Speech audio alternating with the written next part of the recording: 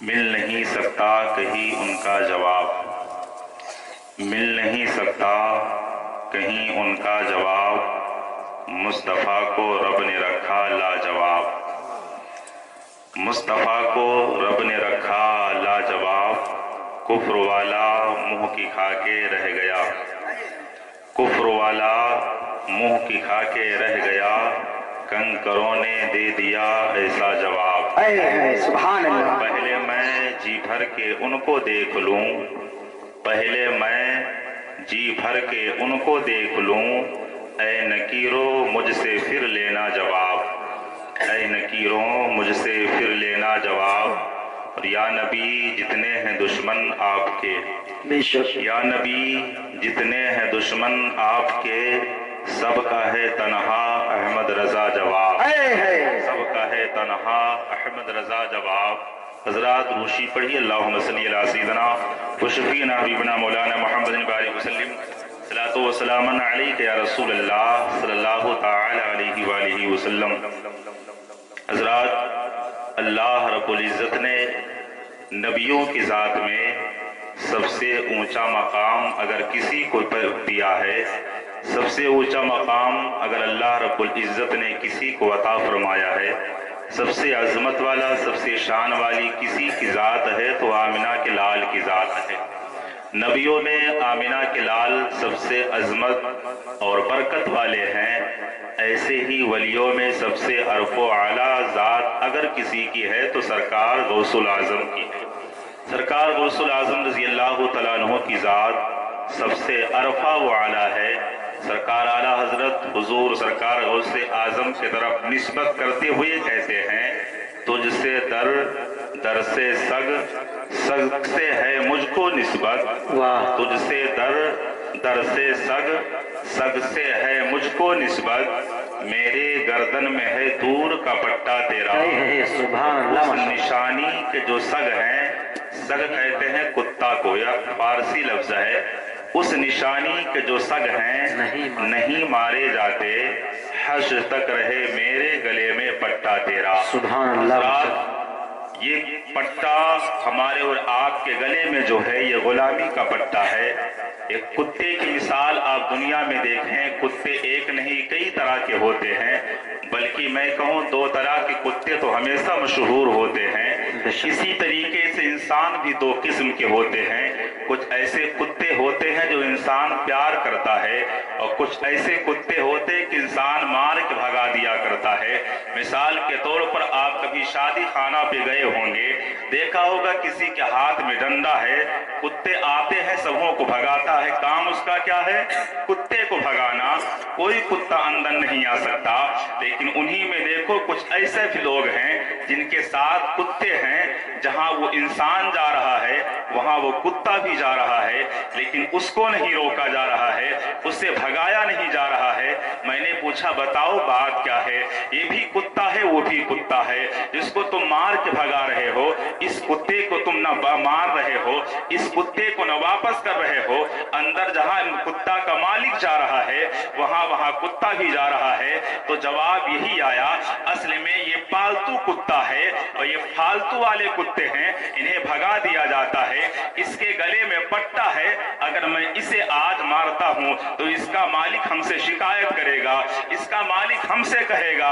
اسی طریقے سے پتا چلا جو پالتو والے ہوتے ہیں انہیں مارا نہیں جاتا ہے، اور جو فالتو والے ہوتے ہیں انہیں بھگا دیا جاتا ہے۔ یہی قیامت کے میدان میں ہوگا، وہاں پر نبی کے غلام جہاں ہوں گے، ایسے میں ایسے لوگ بھی کھڑے ہوں گے جن کے گلے میں نہ غازی پاک کا دامن ہوگا، جن کے گلے میں نہ سرکار غریب نواز کے غلامی کا پٹا ہوگا، جن کے گلے میں نہ وارث پاک عالم بنا کے غلامی کا پٹا ہوگا، ان کے غلامی کا پٹا نہیں ہوگا۔